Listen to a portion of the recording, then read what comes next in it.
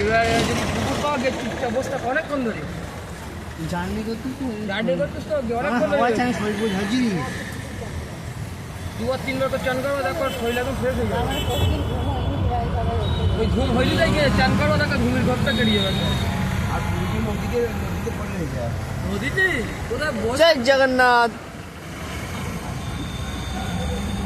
বলো না দেখ ডান সাইডে ঘুরেছে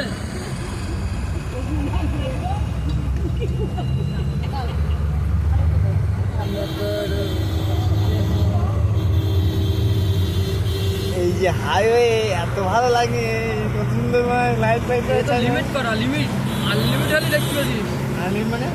আর জোরে যাতে পারবা হ্যাঁ এটা লিমিট 60 কি 70 এর লিমিট তার উপরে আছে হ্যাঁ খাবো খাবো